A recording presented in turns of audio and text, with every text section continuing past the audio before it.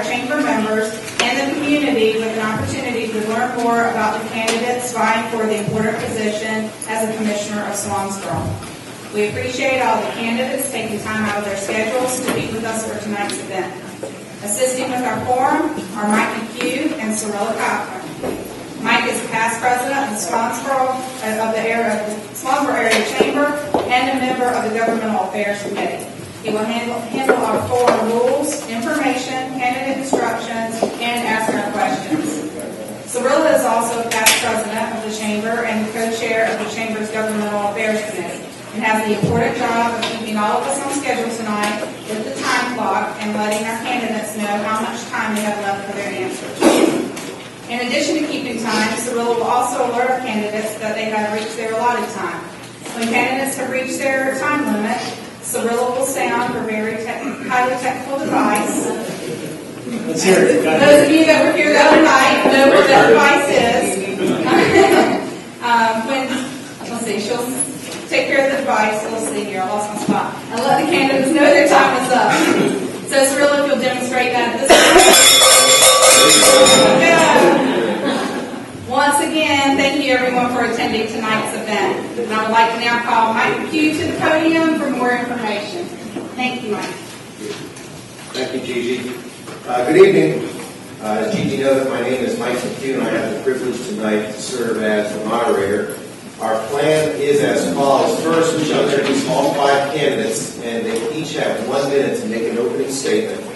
Then we shall begin with the questions. These questions were submitted by chamber members and the community and have been reviewed and approved by the Chamber Government Affairs Committee. The order in which these questions will be asked will be at random, and we are hopeful that we will have time for all questions to be asked. Each candidate will have 90 seconds to answer each question when asked. Each candidate will be given an opportunity to answer a question first and consequently be the last to respond to a question. At the end of the official questions, each candidate will be given 90 seconds to present a closing statement. Prior to the 90-second closing remarks from the candidates, and with time permitting, questions submitted by tonight's forum attendees will be presented.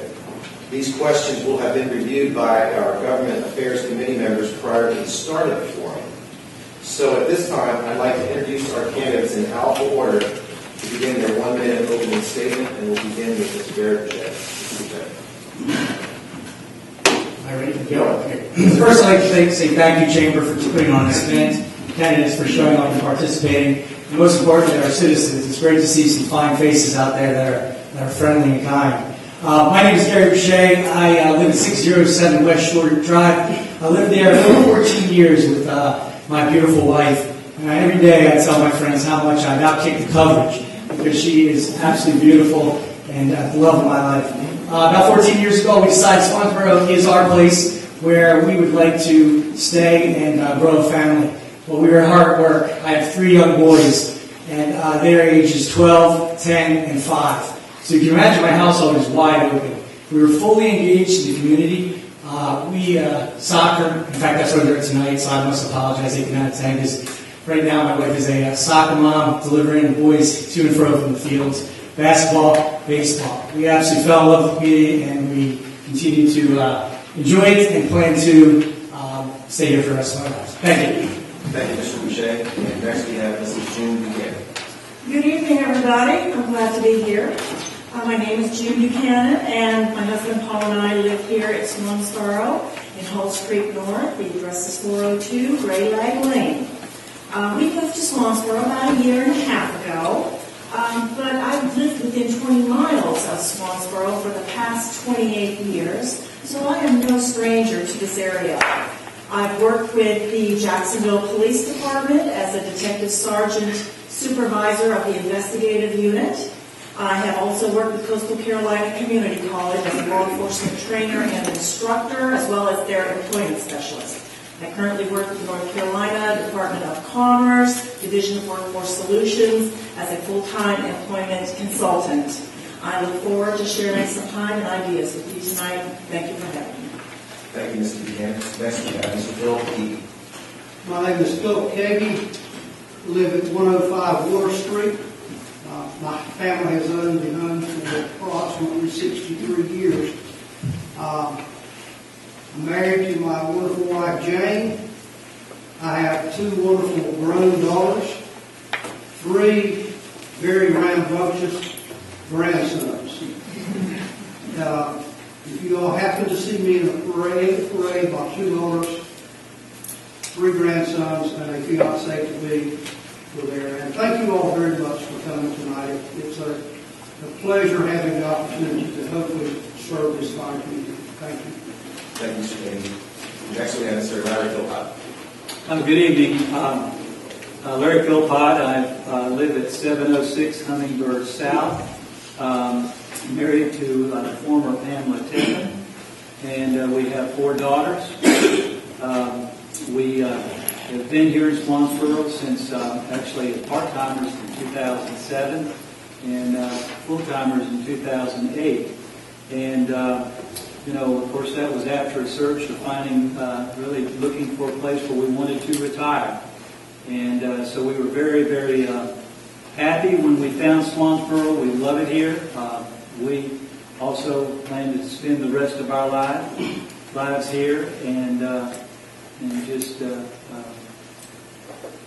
thank you for the 15 seconds. And looking forward to this evening, and thank all of you for being here. Thank you, Mr. Philpott. Next, we have Ms. Catherine. Hi, good evening, everyone. Thank you so much for giving me the opportunity to be here and share some of my experiences with you, and to let you know how much I really enjoy living in Swansboro.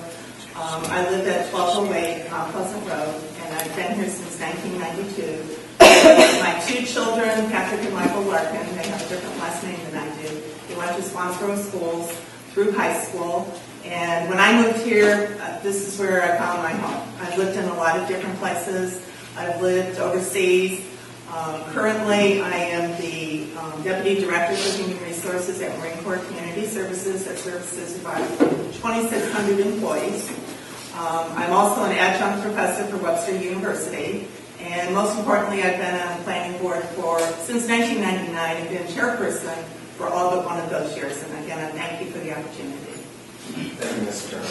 We'll begin our first question this evening, and we'll begin with Mr. Boucher. The question is, over the past several years, the town leaders have commissioned and received reports for a number of community plans with numerous proposals and recommendations. What is your vision for Swansboro, and what specific goals and objectives do you expect to be able to accomplish during your term of office? When I was fortunate enough to stumble upon this town about 14 years ago with my wife, I recall sitting downtown, ordering ice cream, and just was at awe at the beautiful scenery, at awe at the beautiful people, and just the charm of the town. That exists today, and that's what keeps me here. And you asked me with one vision. I'll tell you, I think Swansboro has the vision, and that is really being the friendly city by the sea. I think that's important. Everyone that I meet in my time around town and in Jacksonville and in my travels say that is one of the most unbelievable towns, and most importantly, the people make the difference there. I think personally that there's 2 things that we have that are our natural resources. The historic nature of our town, which I feel is vital for our economic growth, and the water. I think it's important that we work with the Historic Board and the Swansboro Historical Association to really identify opportunities to maintain the historical character of the town, because I really believe it's part of the economic development part of the town. I also think it's important to continue to develop the waterfront. We have some initial projects on the books, but I think there's more for us to do in that essence, because that is our heritage. I hear stories from old-timers all the time about how important the water is. And finally, I think improving the budget of the town. When I listen to the folks and the citizens, there's a lot of questions about the budget. And I think improving those processes and working with the town management will help make government more transparent. Thank you. My vision for Swansboro is to complete all started projects, such as the Gateway Corridor, the Waterfront Master Plan, public safety upgrades that are needed, and the bike trail. It's vital to prioritize the project demands and implement them feasibly as the budget allows. One of my goals is to see the implementation implementation of the transient docking facility. Our waterfront is such a distinctive harbor and resource that identifies our community. I'm confident this will continue bringing in important revenues that will allow our businesses in and out of the historic area to flourish and grow successfully. Thank you, Mrs. Buchanan. Mr. Gay. My vision for Swansboro is to create a more vibrant destination for folks to visit without the town losing its character.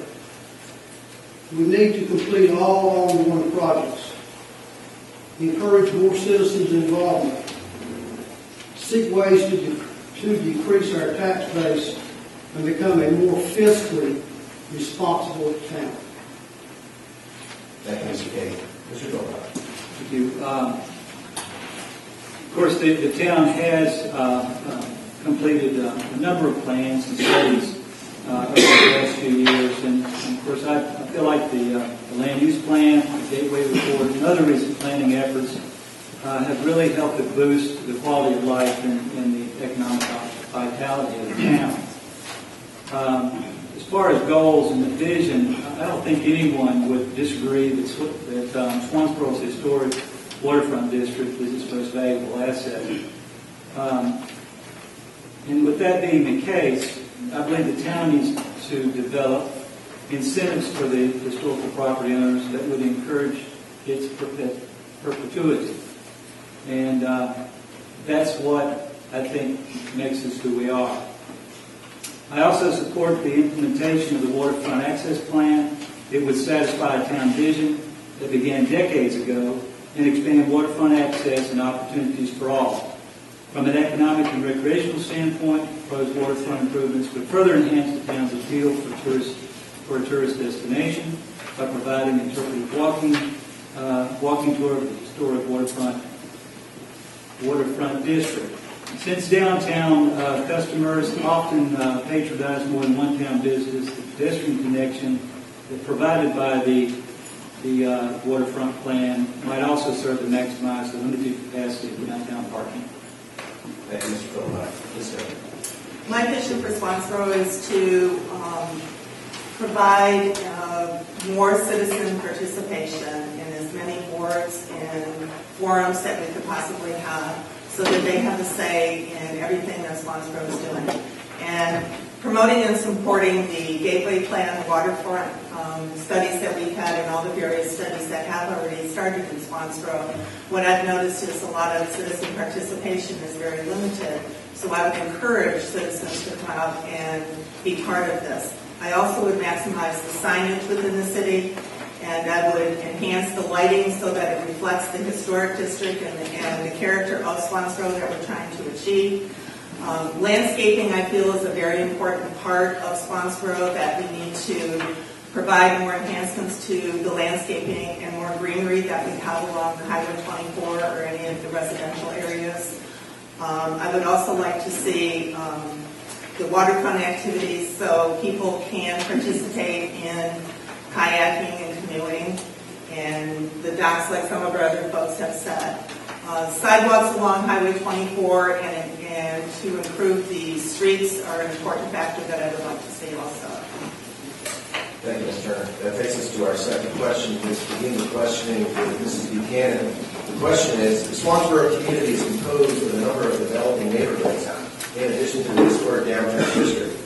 What is your community outreach plan to bring leaders together from these neighborhoods so as to create more community cohesion, a collective incentive for dialogue, and active roles and responsibilities to promote community growth and development? Mrs. Buchanan.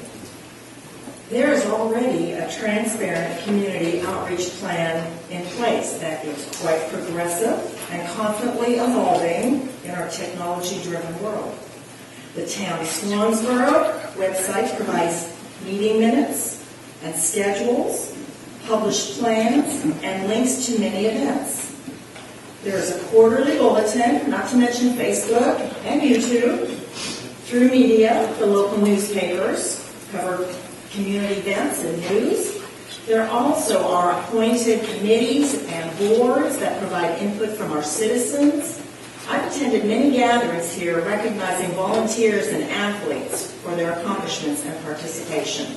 So So I believe it's already in place and just continuing to grow. Thank you, Mr. Buchanan. Mr. Kagan. What I'd like to see is the town or the board forming another committee called the Better Swansboro Committee, which would directly engage the residents of the town and the outlying areas to come together as a group and become more involved in the town, become more active in the activities that are going on in the town, become members of different boards, become members of the chamber, whatever, to help Swansboro become the best that we can be. Thank you. Thank you, Mr. Kagan. Mr. Philpott. I believe Swansboro is blessed with many community leaders. You find them at the chamber, with youth sports organizations, on festival and special event committees, and nonprofit civic clubs. And most of these organizational leaders already have a rapport with the town and or the board.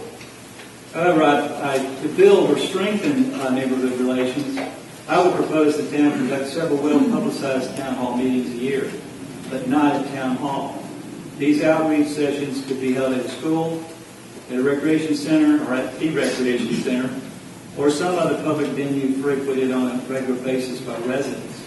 I think the purpose of that would be that we don't always hear from everyone. And so I think, the town staff and the town board going into the communities and having these informal sessions would give an opportunity for more voice from neighborhood. Thank you, Mr. Philpott. Ms. Turner. Actually, this one got me kind of really excited, and to add on to what Mr. Philpott said, I think if we were to do something like have postcards sent to new members in the community, and you have a welcome board, come get to know us kind of thing, and have it anywhere, like Larry said, we can hold it at different places and have different functions where you have kind of like a lunch and learn, where you start teaching people about what Swansboro has to offer and educating them. Internships, mentorships with the schools and some of the churches to get some of the younger people to get involved more with the community. If you start at a younger age, then they're going to start to become more interested and want to help out with the community events that are going on. I've worked with the Parks and Recreation Manager to get more involvement with races, bike races, 5K, 10K, health fairs, and get all sorts of people involved in it. I think that's it. Thank you, Ms. Turner. Mr. Boucher. I agree with many of the comments here, my esteemed colleagues. I would like to add a few. One thing that I've learned in the last 2 years as commissioner, and I've learned a lot, it's been a steep learning curve, that people want to feel engaged. They want to be heard. Not necessarily participate in every committee or show up at town hall and express their points of views, but they really want to be heard in their own elements. And I think it's important that if we do reach out to the Chamber of Commerce, that we reach out to Rotary, that we reach out to homeowners associations, senior citizen groups, youth sports organizations, and we ask them, what do you think? Where's your direction? What is your vision for Swansboro? I think more importantly, not only do we reach out, I think it's the job of the commissioner to be a catalyst to unite these groups. Because so many times people are very passionate about their independent agenda in their group that sometimes they forget the bigger picture. And as a Swansboro commissioner, we get the honor and privilege to see that big picture and how things fit together. And I would say that would be my pledge, to be that uniting force. I also think that town needs to look at a different perspective. They need to say, it's not working inviting to the town meetings. Why don't we get out and rotate our town meetings and say, hey, this week we're going to this neighborhood, we're going to do a tour, and then afterwards we're going to conduct a meeting. I think getting out and getting where people are actually living and working, on the soccer fields, on the baseball fields, I think that's the real direction in the future of town government. Thank you, Mr. Boucher. Move to our third question. We'll begin the question with Mr. Kagan. The question is, concisely stated, what are the top 3 issues facing Swansboro? Then for your single most important one, What is your action plan briefly and your timeline to resolution? Mr. King. My three top issues are spending, transparency, and lack of communication are areas of my concern. Spending being the most important. It seems that other communities are cutting back on services and employees, and Swansboro is continuing to spend its money as if there's no tomorrow. The mayor and commissioners are to be good stewards of our taxpayers' money.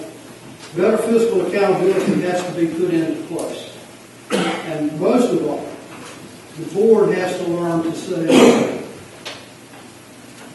Thank you, Mr. King. Mr. Philpott.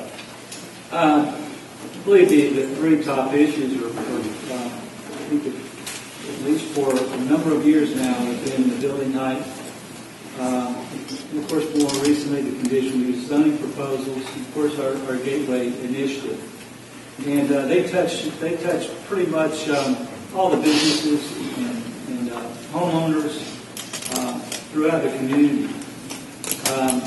And I believe the current board and the past board has put a lot of time and effort to come up with solutions, especially for that building height. I think the board is very close to completing that task. But with the election coming up and possibly new board members, I also think it would be wise to delay any final decision on that issue until the new board is seated. Thank you, Mr. Philpott. The top three issues facing Swansboro and my single most important one. I think one of the most important things for me is managing growth, controlling growth, and updating our current zoning policies that we have in our ordinances.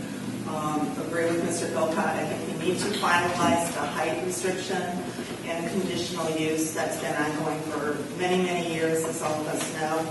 And I would ensure that we comply with the gateway and the Renaissance reports.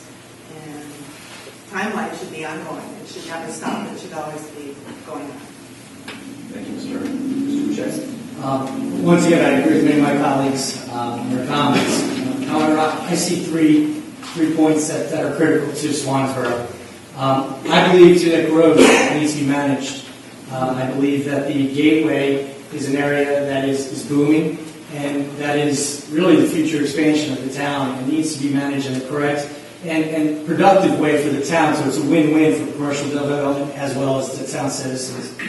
You know, I'm going to go back to the historic district and preserving that. Every day I walk by the town, and it seems like it's shrinking to me.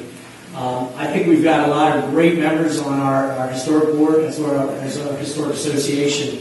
And I think working with them is vital in finding opportunities to really identify that area as an economic growth for the town itself.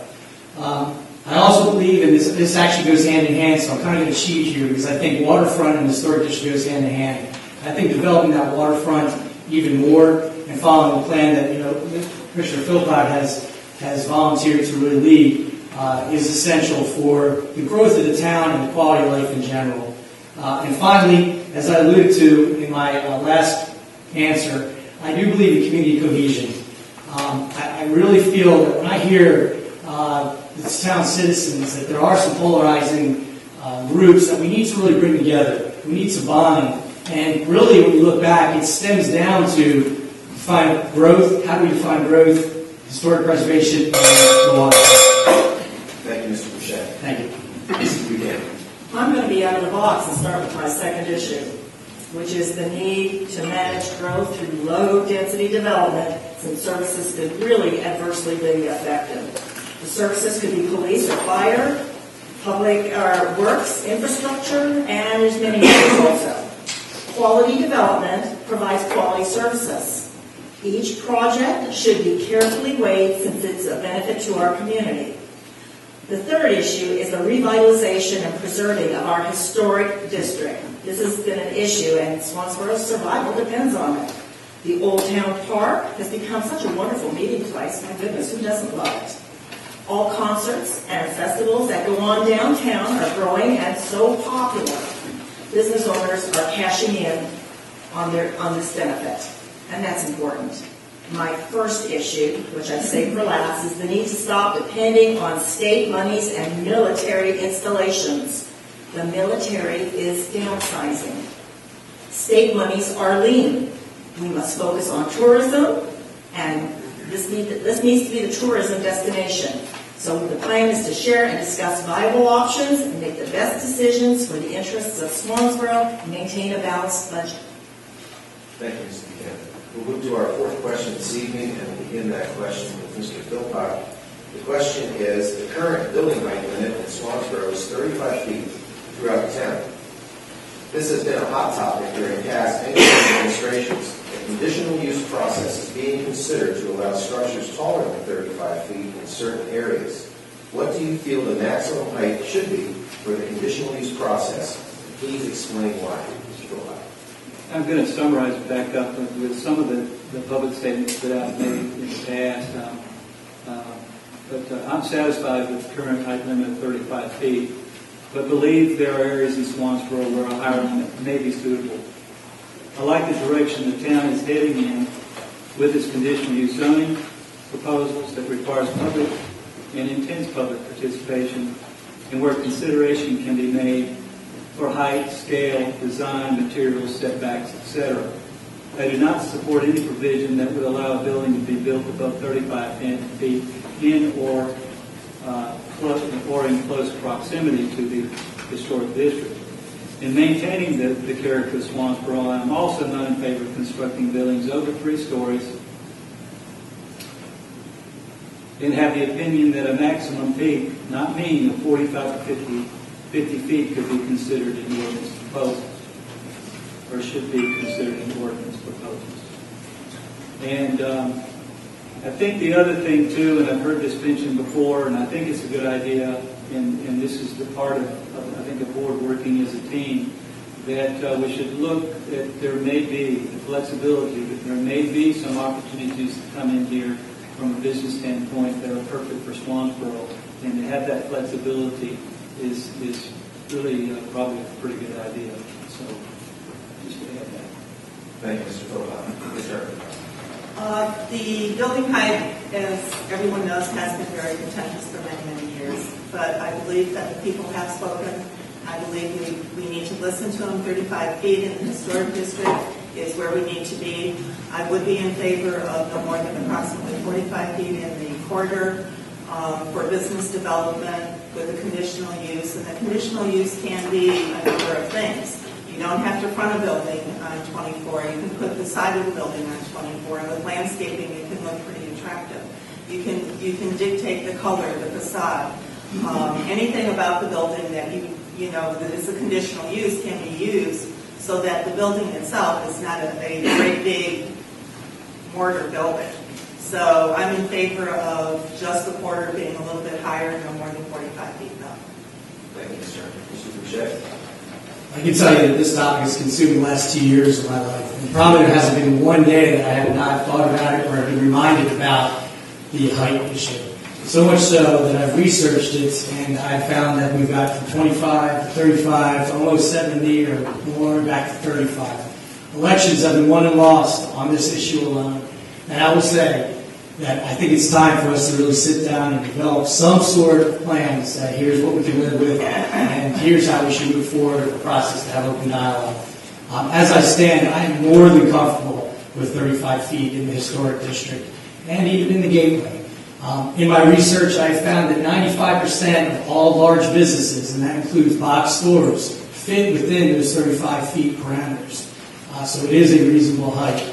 However, I will say that our current process that we have as a town is rigid, too structured, and does not allow for open dialogue. It does not allow the town manager or the commissioners to have open conversation with builders or any commercial venture to say, hey, what do we have here? What are you really asking us? And I am totally in favor of developing that process in which we can sit down, have an open dialogue, and say, hey, why do you need 36 feet? Why does IBM, if IBM decides to come here and build a building, we need 36 feet and they're bringing 500 jobs, for us to say no without even consideration, not that they would come here, but they may, you need to be open-minded, and I think that process needs to develop, and we're on our way to finding that process. Thank you, Mr. Boucher. You're welcome. we're all going to be very similar in our responses on this. I prefer a conditional use zone along the Highway 24 commercial area, where we could possibly consider buildings slightly over 35 foot. I think we need to be flexible to some degree. I do like the 35 foot in a historic area, but it's also important that we don't lose businesses because of height requirements. Developers have been flexible in the past. We've done a little give and take in the past, and it's worked out well overall. For example, some concessions have been made. Just kind of take a look at the Hampton Inn, for example. And if you ask 10 people how they feel about it, you probably get 10 different answers. But if the board and the developer can come to an agreement, then I believe that community benefits and added revenue is a surety. Being a visionary personality, I do not believe that we should close off businesses that will enhance Swansboro's visual appeal, historic appeal, tourist appeal, and tax base. Thank you, Mrs. Buchanan. Mr. Gagan.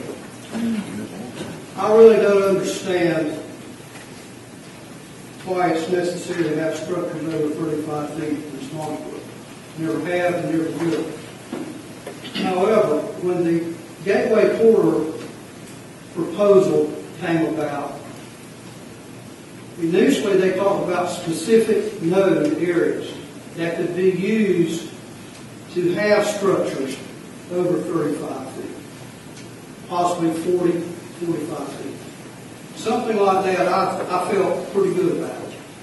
I do not like the current idea of having the node stretch from city limit to city limit, because I honestly believe, regardless of what may or may not happen in this area, that it's going to allow higher structures over 35 feet along this corridor. Thank you. Thank you, Mr. Kagan. We'll move now to our fifth question, and we'll begin the question with Ms. Turner. The question is, do you feel enacting a building moratorium is an effective way to promote Swansboro development? Please explain your position, Ms. Turner. I believe that the building moratorium should be the last resort that we do. I believe that we should be proactive in our zoning requirements, and we should be looking at those first before we impose any kind of building moratorium. Now, I would be in favor if we were going to set aside time to review all of the ordinances and the zonings that we have currently, and it was a project that we were working on. That would be the only time that I would say that we should do a building moratorium, is when we're being proactive and trying to make adjustments to that prior to stopping somebody from coming in. Thank you, Ms. Turner. Mr. Boucher. I do think a moratorium, utilizing a moratorium, is a tool that a board should use when necessary. The use of a moratorium is an opportunity for the board to push pause on a situation, to really research the issue, to develop a plan, and go in a direction. I've researched the last 3 moratoriums that were utilized in the town. One was for sewer, one was for the UDO, and then most recently, which I was a part of, the height issue. That was not an easy task to decide, because I was the deciding vote, and having over 150 eyes staring at you saying hey or nay was quite a humbling experience. But I would say that at that time, there was true instability with the town government itself. The board was newly elected. We had one town manager who was looking for another job and was not fully engaged. We had an interim manager who was not necessarily fully engaged, but was, for lack of better words, retired. We then finally were looking for the most recent town manager and was working diligently, going through hours and hours of painstaking interviews to find the one we currently have. At that point in time, I truly felt that this town was not ready to make a rash, harsh decision on something that's been so politically connected to many groups here. In that instance, I do feel that the moratorium was necessary. Now, like my colleagues, I do feel that this should be a last resort and not used every other day for whatever reason. Thanks. Thank you, Mr. Boucher. Ms. Buchanan. In the future, there will likely be a time and circumstances, again, when a moratorium is necessary, but I'm truly not in favor of one overall, and I do not think that it promotes development. The board is responsible for coming to a decision or compromise that benefits Swansboro before a moratorium is enacted. I feel that being a visionary and proactive is much more time and cost effective overall. And of course, there's going to be exceptions to consider. I think all projects should be considered, reviewed, discussed on an individual basis. In compiling all the needed information, I feel the best answer lies within the framework of the information gathered by citizens and the board jointly. Thank you, Mr. Buchanan. Mr. Kennedy? I have to say no to that, but having said that, I do believe that the use of moratorium can be a useful tool in negotiating with the developer. Moratoriums can be used to give the town the needed time to consider requests from developers whose plans do not necessarily coincide with the current codes and statutes of the town. Having said that, back in about 2005, Jim Allen, 2006, we had a very heated discussion about moratoriums and not allowing construction in the historic district in Swansboro for 1 year. I'm here to tell you, if you ever consider a moratorium, be ready for a lawsuit. Thank you. Thank you, Mr. Kennedy. Mr. Philbott? Like several have commented, I'm not really in favor of moratoriums, but at the same time, I think they can be useful in special and extreme circumstances. I think there was probably a time here when water, sewer capacities were limited, and there was some need for a building moratorium. And I will say that I did not support the building moratorium when we were talking about the height. I was one of but I didn't do it because I thought that the height should be 75 or 80 feet, but I did because I thought at the time that the board could resolve the height issue in a timely manner. Well, guess what? I think you all know that. So in retrospect, it ended up, I think, fitting the circumstance, and it has also allowed the board to enter into, or really allowed the board to enter into other discussions such as the Gateway Report. Thank you, Mr. Philbott. That takes us to our sixth question this evening. We'll begin that question with Mr. Boucher. The question is, over the past decade, Swansboro has invested heavily in parks and recreation. What are your priorities as related to parks and recreation? Do you envision them expanding or staying the same? Mr. Boucher. So, parks and recreation are an important part of Swansboro. Many tourists, citizens of many tourists come here just to enjoy the water. I'm an avid fisherman. And every day I either run or jog, or I coach soccer, or I drive my boat up in front of the waterfront. And I take certain notice of what's being utilized. And I will tell you that 9 times out of 10, especially during the weekends or at least extended weekends from Thursday, Friday, Saturday, Sunday, almost everything that the town is invested in is being used at max capacity. It's amazing. It's a wonderful thing to see that we're such an active community. So I do think that parks specifically is important, and where the town can find opportunity to invest and improve and or expand its parks, I think it's vital. The recreational side, I think Brittany and her folks are doing an outstanding job. I think it's relatively in its infancy, meaning that I think that there are opportunities to improve the youth programs and expand the youth programs. Statistically, you know, if youth are engaged, crime statistics go down. I think that's a well-invested opportunity for towns. I think for middle-aged, I think it'd be great. That builds cohesion, and you learn and develop new friendships. And finally, I do think for our senior citizens, they deserve the opportunity to gather, to talk, to work together, and to recreate. So I do feel that it's important, and I do think we will continue to look as demand to expand as demand is needed. Thank you, Mr. Boucher. Mrs. Buchanan.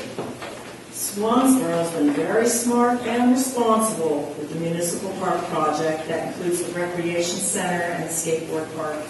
They're paid for and wise investments. The Parks and Rec is very successful, and I, as a citizen, commend those that were involved in the planning and implementation that made this happen. There are programs for children and seniors that are very well attended. The building there houses numerous activities. They bring joy, entertainment, and healthful activities for everybody. There's established momentum already for these programs to expand and increase. The citizens are becoming more and more aware of the offerings at Municipal Park, and participation is generally growing. There's no downside on this. This is a wonderful thing for Swansboro. Thank you, Mrs. Buchanan. Mr. Kennedy? Currently, I do not believe their parks and recreation system should be expanded at this time. I think the town has to accumulate some historic occupational data and client use data of the current system before looking at expanding. Maintaining the existing parks and recreational facilities should be a higher priority than expansion. Thank you. Thank you, Mr. Kennedy. Mr. Philpott? I think, well, I didn't say this to begin with, but I think it's been said before. I'm a retired Parks and Recreation director, so you know, for me, you know, Parks and Recreation is the benefits are endless. Simply because I believe, just in general, recreation benefits every person in the whole. And you can just say, whenever I've been to a baseball game, whenever I've been to a soccer game, when did have my grandparents participated in a senior program. I mean, you can go on and on about how recreation, or just going out and walking, which is really considered as recreation. And as far as Swansboro parks and playgrounds, if they were empty and not being used, I would have serious doubts about past decisions on spending tax and grant money. But they are not. I mean, they are really being utilized, at least from a visual standpoint. I think the town, there's a plan as far as phasing in the gymnasium at the recreation center, and I think that should at least, Swansboro should keep that on their list of things to do. I know, there are probably other priorities, but at least that should be on the things to do. And also in recent years, the town's made some improvements to the municipal park and the other established neighborhood playground areas. But it may also need to look at other parts of the town that may be underserved. Thank you, Mr. Philpott. Ms. Turner? Recreational activities bring people together, whether it's you participating in recreational activities or whether it's your family participating or neighbors participating. It does bring people together. I think our recreational center right now has events, classes, and partnerships that are being utilized. I see people walking all the time in the park, walking their dogs, walking their children. The skate park is being used. I believe we have about 7 parks right now. I would like to see more of enhanced areas in the park, maybe a little bit more landscaping, some lighting that reflects our heritage here, sidewalks along some of the other parks that we have in Swansboro.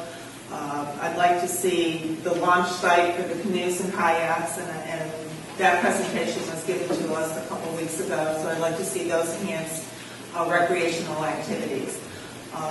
Like Mr. Peggy, I'm not sure we need more parks yet, but maybe we can do a little bit better with the parks we have in enhancing some of them. Thank you, Ms. Turner.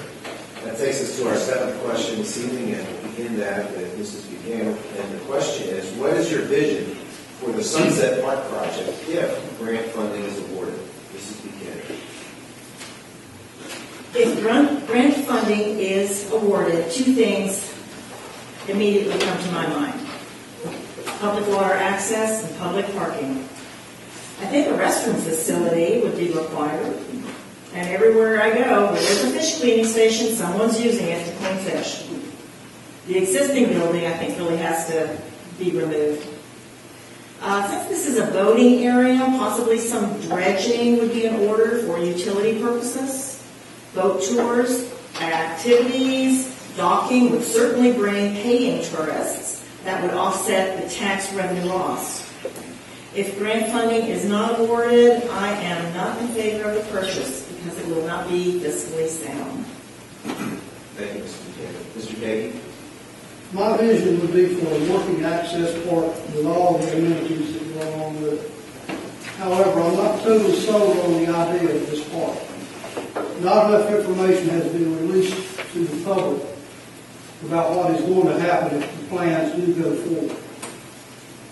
There was a public hearing held, but not a lot of information was provided at that public hearing.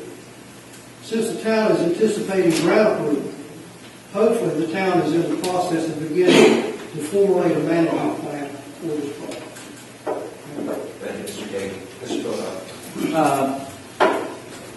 I think, first of all, of course, I also would have liked at the time to have more public discussion before proceeding. But opportunities for acquiring waterfront property for public use is rare. And I think that's been one of the challenges, for many, many years. But the property has the capacity to provide immediate and long-term benefits. Considering Swansboro's waterfront vision, we would complement the proposed waterfront access plan to provide residents even greater opportunity for fishing, environmental education, boat docking, launching kayaks and small paddlecraft, picnicking in Lawford. And I think if you've ever been over there, and I know most of you probably have, some of the most beautiful sunsets. So just beautiful scenic views of the ICW and Sound. Additionally, these same amenities would support local tourism. The acquisition might also serve to perpetuate Swansboro's working waterfront by providing a docking facility for small commercial shell fishing and charter operations. To minimize recurring operational expenses, the park design should not require on-site management, and the infrastructure should not demand intense maintenance. Thank you, Mr. Philpott. Yes, sir. My vision for the Sunset Park project, if the grant money comes through, is what I see is people pulling up with their boats, whether it be a motorboat, a kayak, a canoe, a paddle boat, or whatever, and pulling up to a dock, getting off the boat, either sitting in the park, taking a walk down to our streets, eating in one of our restaurants, and just strolling along our streets. What I see as citizens doing is the same thing, but I also see citizens going down to the park and watching that beautiful sunset. I think it has a lot to offer. The waterfront, besides the historic district, the waterfront is what Swansboro is all about. And any picture you see of Swansboro, you see the waterfront and you see the historic district. So my vision would be that everybody comes together and enjoys the park. It's kind of like Hammond's Beach, except a little bit smaller. And you could offer a lot of different events there. Thank you, Mr. Boucher. About 5 years ago, I remember reading the Tidal News and hearing a bunch of many citizens concerned that they were going to build condos there or some kind of high-density development. And that was the big headline. And that concerned me as well, because I will tell you, come from Emerald Isle, or you come from Jacksonville, and you see that site and that view, it is tremendous. And I think that should be the public's view of it, but at least a small part of it. So when this opportunity came about to consider purchasing the property, I had some concerns, but at the same time I thought, like Mr. Philpott, that this does not come around often. I am not in favor of actually purchasing it if the grants do not come through. However, if they do come through, I think the vision of this park is not up to me. I don't think it's up to the board. I don't think it's up to the mayor. I think it's up to the citizens of this town to really look and say, hey, what do we want there? But since the question does ask me what I feel, and I am a citizen, I will throw out some ideas. I think it is, and especially nowadays, the stress on a working waterfront is so essential. I mean, we're losing our crabbers, our commercial fishermen, we're losing our guides. I think what an opportunity to really invest in that part of our heritage. To have citizens, tourists come up and be able to purchase clams, fresh seafood from North Carolina, crabs, jump in a kayak, have tour guides, have Tim Simpson and his tour boat show up. I just think there are a lot of unbelievable opportunities that help bring the community closer to the waterfront. Thank you. Thank you, Mr. Boucher. We want to take us to our main question. We'll begin with Mr. Clagy. The question is, if elected, what are the 3 things you expect to be able to accomplish for the Swansboro community during your term of office, Mr. Clagy? As previously stated, I believe that spending is the number one issue that I have been asked most about in talking to the citizens and the voters of Swansboro. We need to have more fiscal responsibility in spending the taxpayers' money. Secondly, I think being transparent in how the town's business is conducted and to maintain an open door policy at all times to our citizens. Thirdly, more effort has to be expended to keep citizens informed as to what is going on in Swansboro. We have a great website. However, I do believe that this website needs to be made a little more user-friendly. Thank you. Thank you, Mr. Day. Mr. Phillips.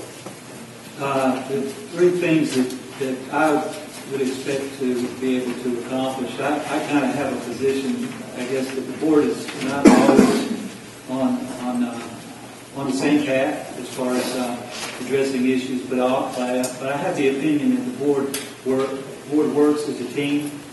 It's a team effort, and any accomplishment should always be credited to the board. But as a board member, I would like to see progress continue on the waterfront access plan, see completion of the public safety building project, centralizing those operations, which that building improvement would also add value to the waterfront vision. And in an effort to improve pedestrian safety and access, because I feel like that Highway 24 and Corbett Avenue kind of dissects Swansboro. I'd like to see the several crosswalks installed on Corbett Avenue to include one that serves the historic district. Thank you, Mr. Phillips. Yes, sir. The three things that I would expect to accomplish would be to have an interactive community environment, which includes people of all ages that participate in making decisions or assisting with making decisions in all aspects of the historic district, residential areas, commercial businesses, recreational opportunities, and the corridor along 24. Along with that, I'd like to see a transparent Swansboro government where citizens and businesses have up-to-date information, as some of the other people have mentioned about the web pages and newsletters, so that they have all the up-to-date information to make decisions. The third thing is to be a steward of financial responsibility. Thank you, Mr. Bouchek. You know, Swansboro has been very fortunate with the nation's economy being like it is, in the recession or downcline, whatever you like to refer to it as. Swansboro has been building and growing, and it continues to grow. And I think one of the first things that I like to truly look into and continue to develop and implement is the Gateway Plan. I think it's essential for not immediate causes and effects now, but for future 5-10 years down the line. I think that's when we will truly be seeing the benefits of the Gateway Plan. I also know that the town has a number of projects ongoing, and I tell you what, I don't like to multitask, and my wife always accuses me of having too many projects. So I think we need to finalize some of these projects.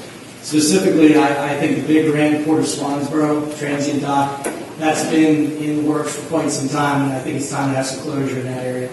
I think the fire safety building is essential because the town's primary function is to make sure that the citizens are safe and protected. And finally, although Dave and the management team has mentioned have done an excellent job of really looking into the town and seeing how it works and operates, I do think that there are opportunities to be more effective and more efficient so that the citizens can utilize their government more easily and have more access to it. Thank you. Thank you, Mr. Bouchek. Mrs. Buchanan. The first accomplishment would be the completion of the town hall, public safety building, and dock project. The town hall is the heart of Swansboro, where we maintain quality staff, and you're all appreciated, those that are here, as well as seeking a balanced approach to future and challenges that may be on our horizon. Public safety is a priority since services must continue to run efficiently and effectively. The dock project will allow larger vessels to tie up and contribute to the vibrancy and the revenue base of our community. The second accomplishment to me is the implementation and enforcement of the gateway ordinances, since they add to the town revenues and tax base, which in turn allows us to provide excellent services. The third accomplishment is to locate additional revenues through strategic planning partnerships that will enhance the capital improvement plan for growth and progress, and importantly, maintain low taxes. Thank you, Mrs. Buchanan. Our ninth question this evening will begin with Mr. Philpott, and the question is, if elected, what else will you do to address community threats such as the potential effects of the Coastal Barrier Resources Act and program under the U.S. Fish and Wildlife Service, potential critical habitat designation, both terrestrial and marine, and ongoing disproportionate insurance rates that its flood, wind, and hail for coastal communities? Mr. Philpott. I think, first of all, I think we've already seen some increases in our homeowners insurance, and to me, that kind of hits a whole lot harder than what some tax increases or what taxes do. It's just coming from a different source. But in minimizing the damage to property and the public's reinvestment in areas affected by natural disasters, I see the logic behind COFA zones and support the protection of endangered species, but I do not see the value in placing Swansboro in either one of these designations. Swansboro should continue to lobby legislative representatives and team with other organizations such as NC20 to express this opposition to flood insurance rate increases and to other related concerns that adversely affect our community. Thank you, Mr. Philpott. He said exactly what I was going to say. But I personally don't think there's a current problem right now in those areas. I would continue to work with legislation, and additionally, the same thing as Mr. Philpott said, in North Carolina, 20 is comprised of 20 coastal Carolina counties that are dedicated to economic development, and work with those folks to make sure that we don't get into these areas. Thank you, Ms. Turner. I agree with my colleagues there. However, I'd like to add a few more comments. This is typical of the federal government.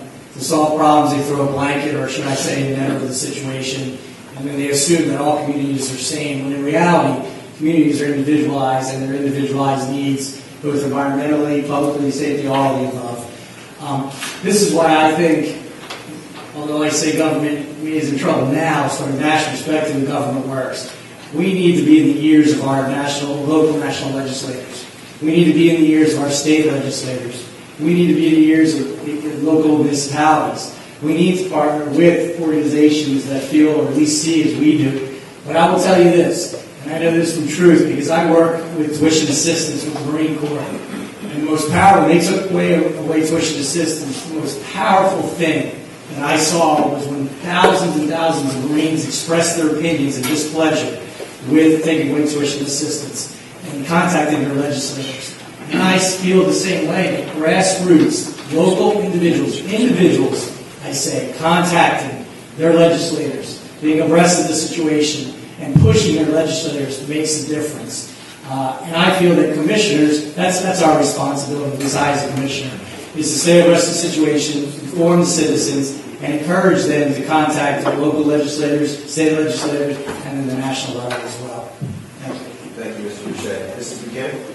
The Coastal Barrier Resource Act and Critical Habitat Designation are federal acts that are challenging, since anything we do takes time and a lot of supportive documentation. The challenge has been delayed for beach nourishment as well as dredging, which affects our waterfront and access and possibly tourism. I feel we have to have our voices heard in Raleigh, especially regarding the rising costs and inequity of insurance that has recently gone up in Onslow County by 19.8% with no substantial facts. Supporting the League of Municipalities that represent our dilemma in Raleigh is extremely important and vital. At this time, the Onslow County Board of Commissioners belongs to NC20, which is a lobbying group to work on behalf of the coastal communities, that's us, to attempt to lower insurance rate increases. I think the board, the citizens of Swansboro, need to write Congressman Walter D. Jones, State Senator Harry Brown, and Representative George Cleveland, which I happen to know all three personally and professionally. So we are not out of sight and out of mind. I guess I need to start today. Thank you, Mrs. Buchanan. Mr. Gay. The Coastal Barrier Resources Act is basically used to protect the uninhabited barrier islands from development and to protect wildlife. Some of this, I think, has been a little overrated. Just take a look at what's happening up at our National Seashore Park at Hatteras. However, the disproportionate insurance rates of the coastal 20 counties is a terrible thing, and I think it's just something that, as a board, local board, we have to ensure that we have the ears of our local representatives to let them know exactly how we feel about this disproportionate tax increase. The inland counties have suffered as much as the coastal counties after some of these major hurricanes, but their rates are not going up. I think I read where Charlotte has some of the lowest homeowners rates in the state. So I don't understand why us folks down here on the beach have to suffer more than everyone else. Thank you very much. Thank you, Mr. Gay. Our 10th question this evening will begin with Ms. Turner. The question is, what specifically is your priority and plan to promote Swansboro's growth in the tourism, residential, and commercial sectors? Ms. Turner. My priorities would be to maintain low-density, quality building. I would like to still, like I said before, is to have a welcome to our town, welcome aboard type lunch and learn, to learn about our community, to provide guided tours, walking tours through the community that tell people what we're all about.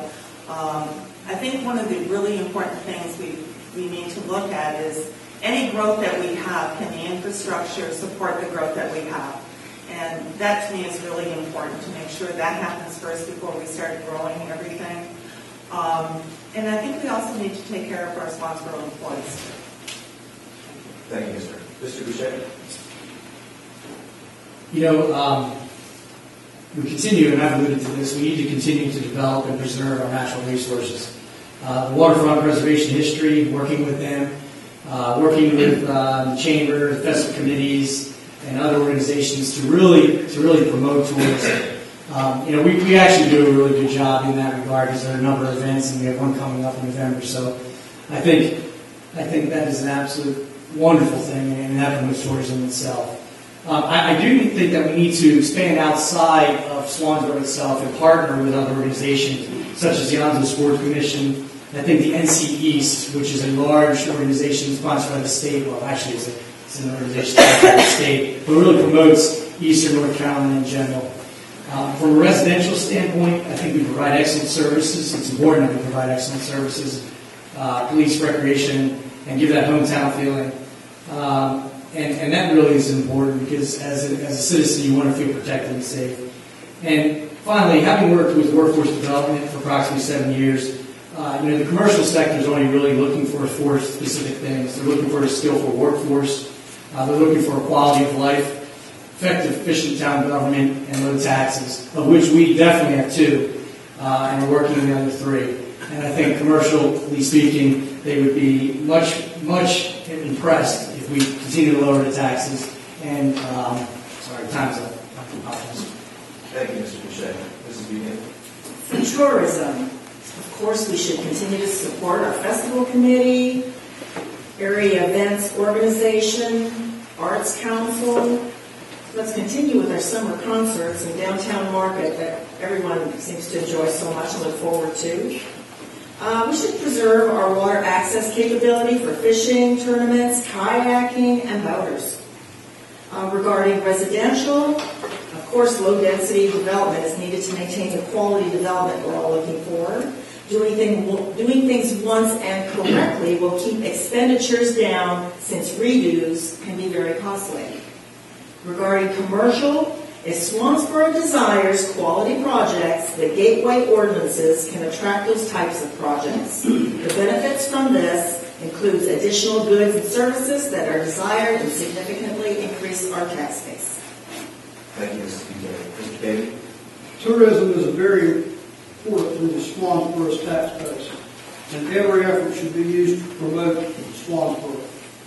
The Tourism Board and the Chamber of Commerce should be actively exploring ways to sell Swansboro. Residential and commercial growth are important. However, this growth needs to be controlled. Also, any growth should be for the benefit of the citizens of Swansboro and enhance the quality of life. Why should Swansboro provide services for anything else to people outside of town unless for mutual benefit?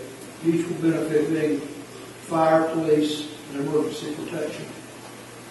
Too many special interests are trying to dictate Swansboro's growth path. Thank you. Thank you, Mr. Davey. Mr. Philpott? The town has completed many studies and developed a number of plans. I think we're sometimes we might feel like that we're studying and planned out, but the land use, parking, waterfront, gateway, Renaissance, Height, and others. Most of these have served a particular purpose, but I've also seen where there's been some overlapping, or where they've impacted other things that we've been working on. But and something else, and I think what I'm leading into is that for the past several years, the Board of Commissioners, the town has had on their list of goals is to conduct or prepare a community strategic plan. And so I think sometime in the near future, and before these current studies and plans become outdated, that I think the town should look at conducting or developing its strategic plan, community plan, or guide for the future. Thank you, Mr. Philpott. That takes us to our 11th question this evening. We'll begin with Mr. Boucher. And the question is, the number one recommendation from the Gateway Vision Summit Report advised using the town's current codes and statutes as an existing framework to effect a nuisance abatement program for unsightly lots and buildings that would aggressively clean up the Gateway corridor. What are your plans to act upon and your timeline to accomplish this recommendation? Up to this point, the town has done a pretty solid job of identifying those properties and working with the property owners to upgrade the properties. It's a balance. We know that these individuals who own these properties are attempting to make a living. We should work with them, but we shouldn't be a barrier to stunt their ability to make that living and maintain that property. That being said, the town of Havelock, which I spent a number of years working in, really did a good job of also identifying properties. And they partnered with the chamber, local chamber, Rotary, and other organizations to develop, a number of incentive programs, which included awards for the business or the property owner who really took a step to really improve their property. I think that shows community involvement. I think that also really gives an individual a reason or an incentive to actually make those changes. I do think that the gateway is truly the foundation for this. And as I mentioned before, fine-tuning the gateway and really implementing the gateway is important. But the gateway is not a quick fix. The gateway, we will see those improvements over years, 5 years, potentially 10 years, as businesses come and go, as property owners sell their property and other owners come in. And then we will reap the benefits of that reward. Thank you, Mr. Boucher. Mrs. Buchanan? I think the basis for all progress lies with positive communication skills and efforts. Talking with responsible parties and creating problem-solving dialogue is helpful in de-escalating volatile situations and can come to a successful resolution. sometimes the individuals involved just need a starting point or an avenue to work towards a compliant status. Remember, sometimes they're often frustrated with the situation also. There are nonprofits, volunteers, community group projects that can add a welcoming hand to resolve a situation like this. Any punitive measure should be a very last resort when all other viable options have been exhausted. It's just a matter of working together. Thank you, Mr. Chairman. The gateway is to be the first impression one has when entering Swansboro. Unsightly structures and lots should be cleaned up. However, the town should encourage each property owner to clean up their property and assist them if necessary. The use of codes and statutes to enforce this, I think, should be a last resort. Now, I do believe the town should be a good neighbor in this area. Thank you. Thank you, Mr. King. Mr. Phillips. Agree with many of the comments. Of course, I see the Gateway Vision as a long-term process that will take really decades to fully implement. I think we've got businesses there, and they're going to be there for a long time, and that this is a long-term project. Of course, as far as the nuisance abatement is concerned, I think because property owners may lack the immediate financial resources to make improvements, that I believe that the town should not take a hardline approach as long as the owner is making a good faith effort to become or be compliant. Thank you, Mr. Phillips. Ms. Rose. And I also agree with what most people have said, but I believe that communication is most important. You have to communicate with the property owner. You have to educate the property owner. You have to explain, ask them what's going on with their property, how you could possibly help them if there really is a hardship there. There are grants that you probably could research and see if there's grant money available. I also agree that there's community involvement with Boy Scouts, church groups, volunteer groups, any of the groups that would be willing to show pride in the community that would support, cleaning up the gateway or cleaning up somebody's property just so that they aren't, held accountable in the end and have to pay the price for it, let's say. The timeline for these things should be ongoing. We shouldn't let the properties get this way. For many years, I believe, properties have been run down, but the town has identified those properties as beginning to take action on them. Thank you, Mr. Chairman. We move now to our 12th question. We begin with Mrs. Buchanan. The question is, why specifically are you seeking this office? Mrs. Buchanan. Quite a few reasons, actually. First of all, my husband and I live in Swansboro by choice. We could be anywhere. We choose to be here. It's unique, it's special, in a variety of ways. You have to remember, I've been a citizen of 4 countries. I've been global. I had to get my American citizenship, and I did so by choice. And I live in Swansboro by choice. The amenities are many, and the people here are wonderful. I want to contribute to the improvements of our community and represent the interests of the citizens that put the board, the elected board here.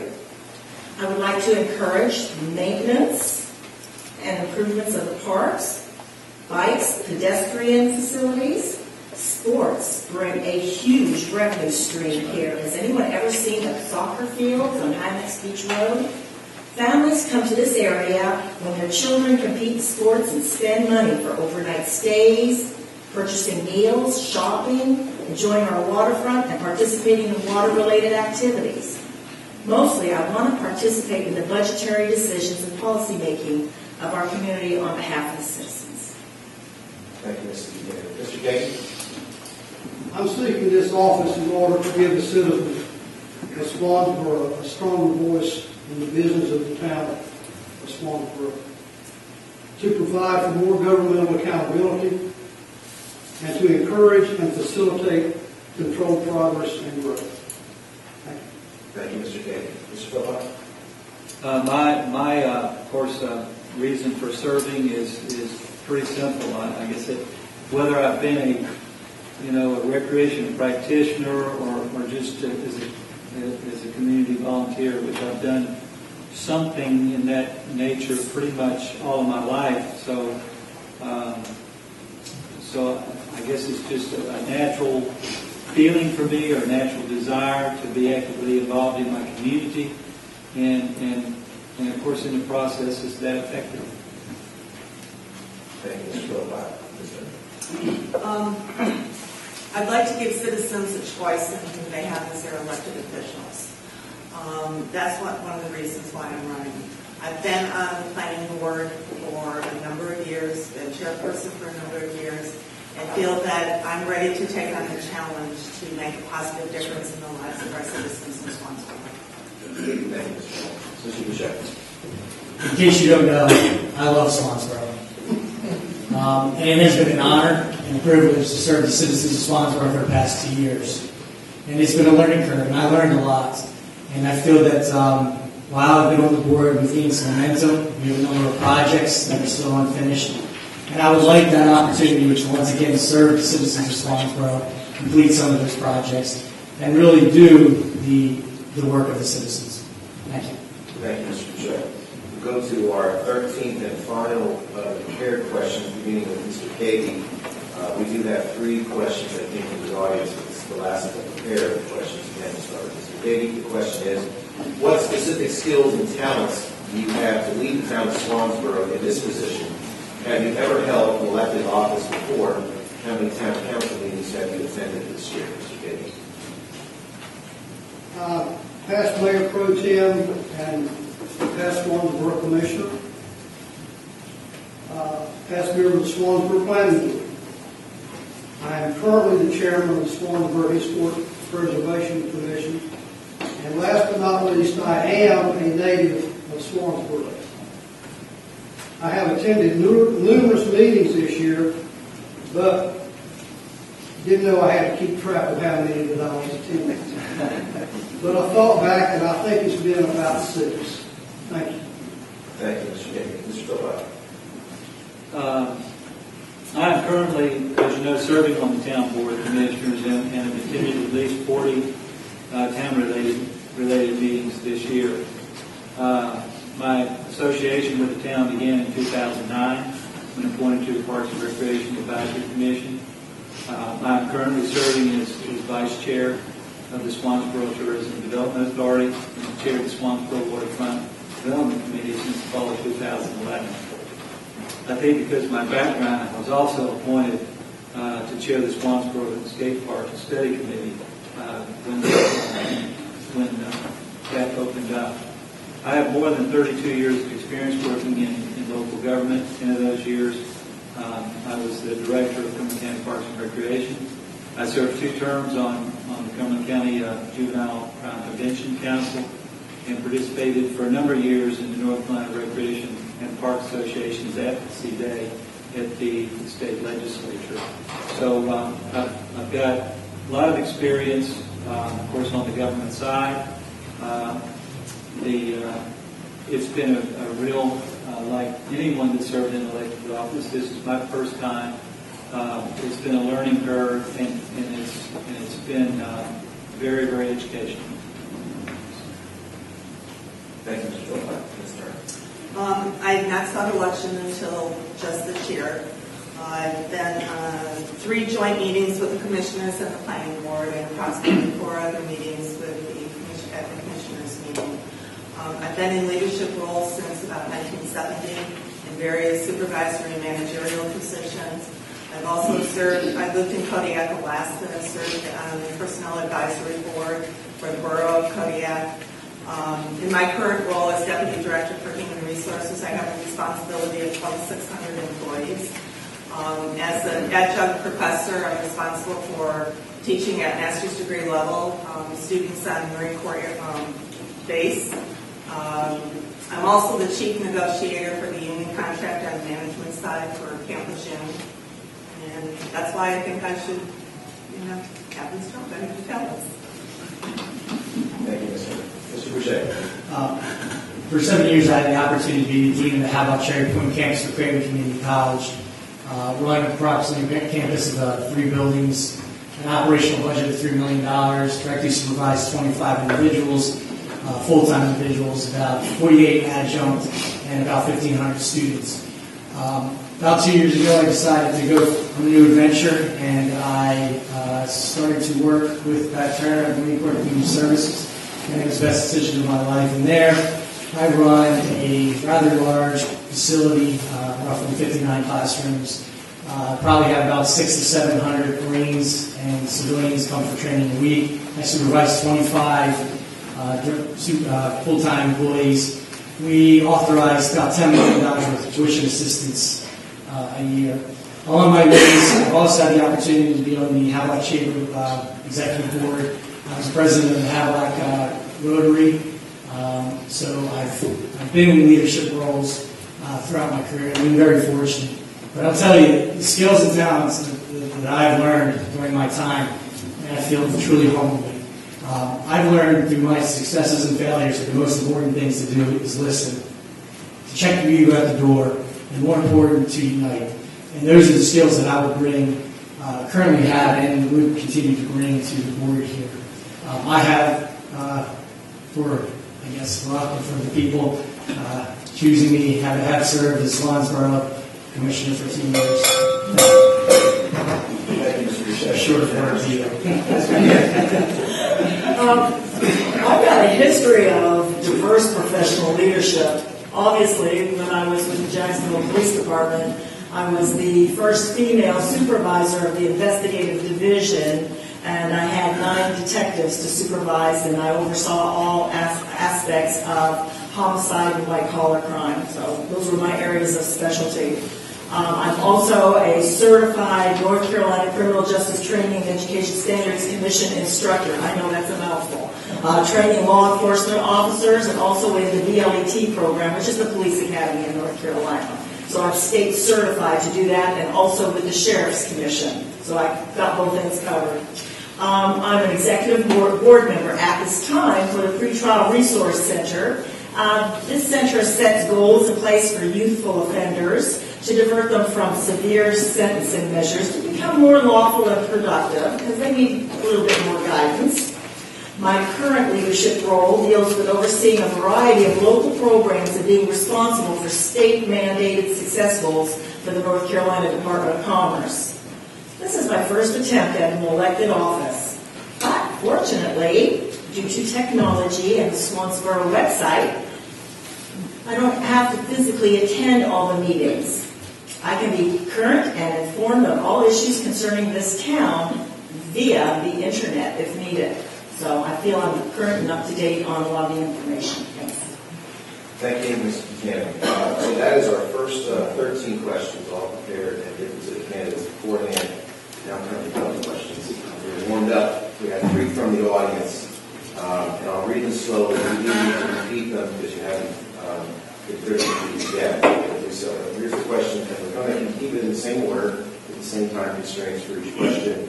And if my calculations are correct, Philpott will lead this question. As downtown residents, we experienced a reoccurring issue with post-11 p.m. music from a local establishment this summer. What is your view on enforcing noise ordinances? Mr. Philpott. I believe that if we have an ordinance on that it does need to be enforced, and I believe by calling our Swansboro Police Department to report to that, and then to have them deal with any type of disturbance after that hour. I would agree with that. I think you have to go to the establishment and you need to discuss what that ordinance is. And if they don't comply with that ordinance, then you have to take whatever measures are necessary so that there is nobody wants to be kept awake after 11 o'clock if that's the noise ordinance. So I would agree you have to take action at some point. I do agree with your comments. I think it's important, though, to educate the particular establishment, inform them what the rules, regulations, and ordinances are, be fair, but at the same time, we have to realize that there are citizens in the town, and that balance is important. so to enforce those ordinances as well. Thank you, Mr. Boucher. Mr. Buchanan? Gosh, this takes me way back to the early 70s when I was still in the uniform division with the St. Petersburg Police Department in Florida. When I had calls where there was loud music that needed to cease and desist. A lot of it is communication. I think what you have to do is, tell people what's expected. Define the line. We have a tendency to waffle sometimes. If you go the first time and give them a warning, let them know. The second time there will be more severe consequences. 99% of the time, they will take that at heart and become more in compliance. The others sometimes get to take a little trip to downtown Jacksonville. Thank you, Mr. Buchanan. Mr. David? I happen, as I said, live at 105 Water Street. The music from the yacht club reverberates across the water onto my tin roof. And it sounds like a stereo. My dear wife is over there with the telephone dialing the police department. Used to get a very good response. Lately, for whatever reason, that's not happening. I don't know why it's not happening. There are specific ordinances on the books concerning noise in the town of Swansboro. If the citizens call and complain, they need to be followed up. The citizen needs to be contacted and let them know that this has been taken care of. So, my suggestion, if it happens again, get on the phone, call the police. If you don't get any action, come to town hall, talk to the chief. Thank you. Thank you, Mr. David. Takes us to our second question written by a citizen here tonight. We begin with Ms. Turner. The question is, do you think that it is important to endorse and support community events either by participating or by endorsement? Would you repeat that, please? Sure. Do you think that it is important to endorse and support community events either by participating or by endorsement? If I understand the question correctly, endorsing, the town endorsing. You're a commissioner. Are you endorsing? No, I don't believe that commissioners should endorse events, but I do think they should support events. Thank you. Ms. Turner? Mr. Boucher? I don't know if I fully understand the context of that question. I think it's important to support events of different organizations. As far as it shows community involvement, it shows that the town believes in these organizations. I'll give some examples. I think it's important to recognize the Boat Festival. That is deep heritage within our town. There are other traditions that are coming up that I think the town needs to actively engage in and support in that regard. I can't think of other things that we could or could not support, but I think that these public events that encourage growth, that encourage community involvement, should be supported by the town. Thank you, Mr. Boucher. Mrs. Buchanan? That question's got some gray territory.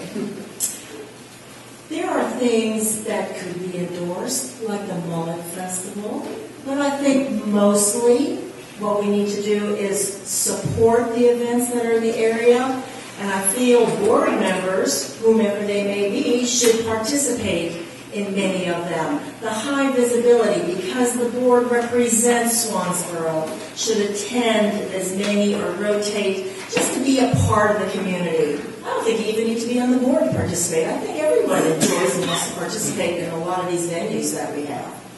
Thank you, Mr. Buchanan. Mr. King? I agree with Ms. Turner. I'm not so sure that we need to endorse a lot of different events.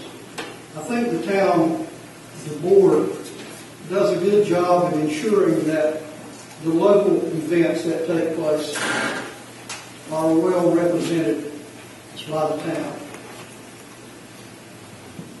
And I agree with Mr. Buchanan in that I feel that as members of the board, you should be visible.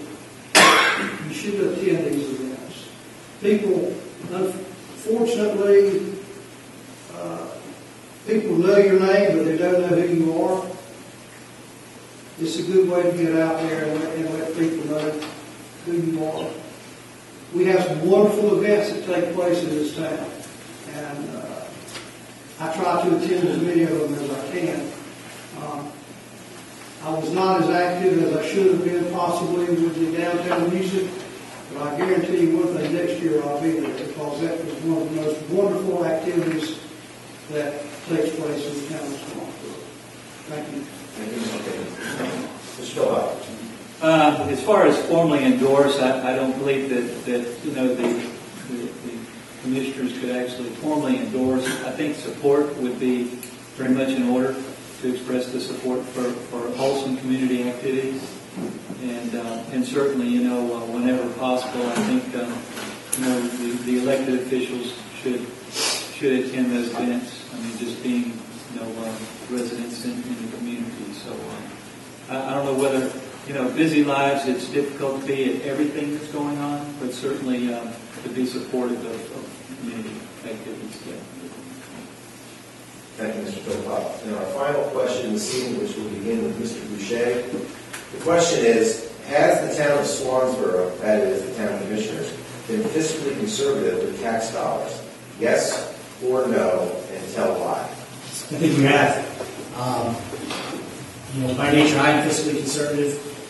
We've reduced taxes, and I would say that reducing those taxes, I definitely have pushing that, especially with insurance rates rising, taxes nationally, at the state level, nationally rising.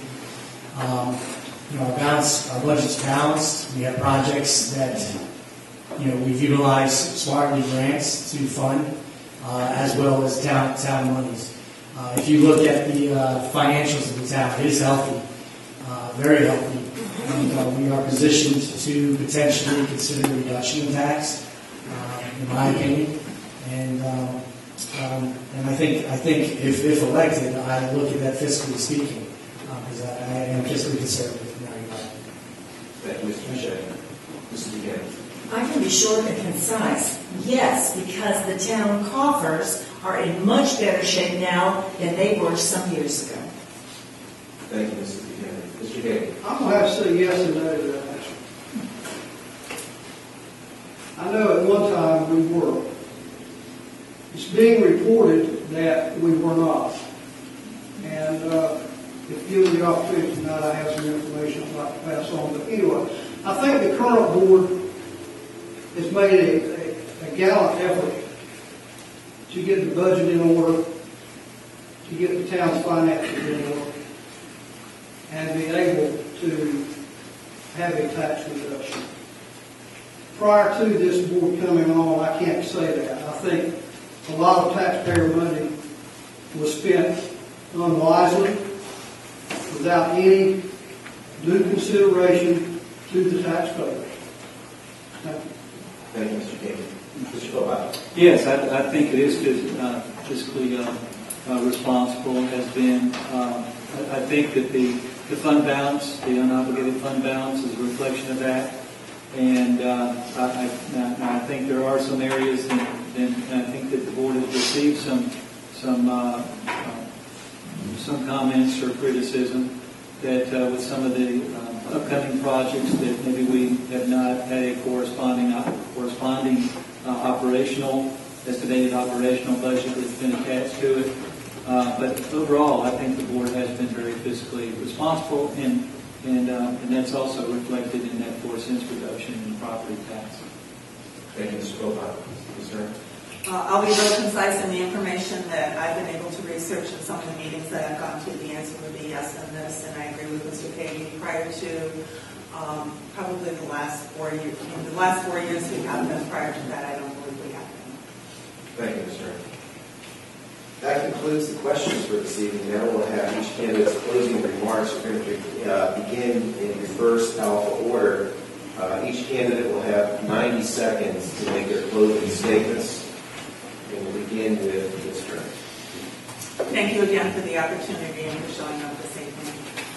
Since moving to Swansboro in 1992, I fell in love with this place. It's a passion that I have, being a member of the Swansboro community and wanting to give back to this community.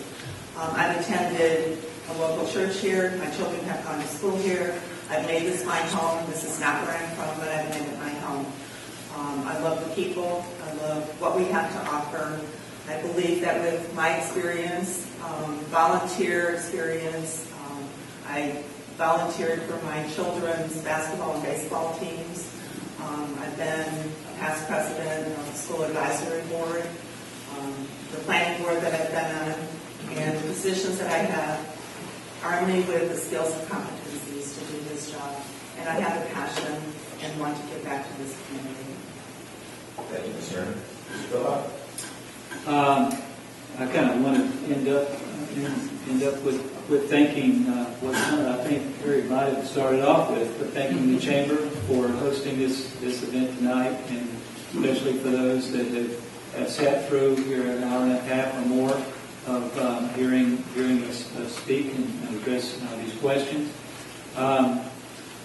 I would also like to say, just for the past 4 years, that it's been a humbling honor to serve the people of Swansboro. When I came here to retire. I never really expected to serve, in an elected position. So it's been a real honor for me to do that. I would also like to say that I guess this is my philosophy, that I really don't feel like the projects and decisions and things like that, the board members have all the answers. And I think that we do need to have our residents engaged in what we do. And because the more you hear, the better decisions that you can make. And so thanks again. Thank you, Mr. Philip. Mr. Davis? Yes, I would like to thank the Chamber and also all of these fine folks who took time out of their busy schedules to come here tonight. It should be like this every time we have any kind of meeting in Swansboro, whether it's Board of Commissioners, Historic Preservation Commission, Planning and Board, or Board of Adjustment. This is what the board members and the mayor need to see. What I would like to do, and I'm not trying to be ugly, but I would like to make a correction on some information that is out that I think the citizens of Swansboro needs to know about. It's been reported that the audit debt in 2007 was $2,782,539. Actually, $2.235 million of that figure was for a sewer line extension that was pre-planned and to be assumed by Onwaston. That money was paid. After the debt was paid, the debt was $547,539. A per capita debt of $316, not $1,603. And thank you all very much for your attendance. And I would appreciate your vote. Thank you, Mr. Davis. Mrs. McGinn? Thank everyone for attending tonight. Thank you to the Chamber. Your time is valuable, and I appreciate being able to share some of my views and ideas tonight. I feel it's very important to maintain the public vistas and views that are uniquely Swansboro. The decisions that you make on November 5th for the board and the leadership of our community are in your hands. I respectfully ask for one of your votes on Election Day. Thank you. Thank you, Mrs. McGinn. Mr. Boucher? I'll close with, as I started, thank you, Chamber, for putting this event on. It's been a fine experience, an excellent event. I want to thank my candidates, fellow candidates, for participating as well. And I wish you the best of luck on the campaign trail.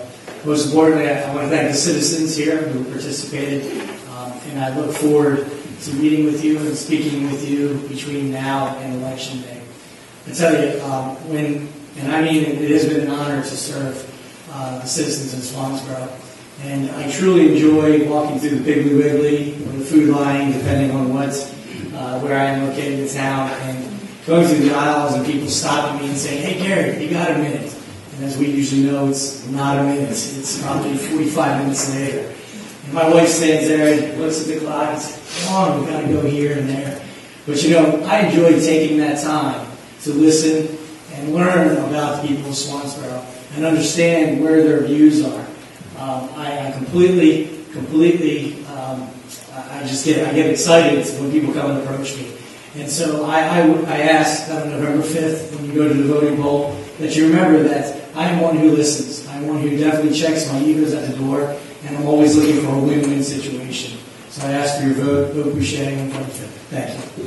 Thank you, Mr. Boucher. And as we close this evening, we'd like to thank everyone who came out this evening and remind you that early voting has begun. You can cast your ballots at the Far Landing Baptist Church at 3884 Richlands Highway in Jacksonville. We're halfway between Richlands and Jacksonville. And we'd like to thank all the candidates for participating tonight, and especially for putting their name before the voters asking to become the Commissioner of Swansboro. So thank you all for coming out tonight, and thank you for spending some time here this evening.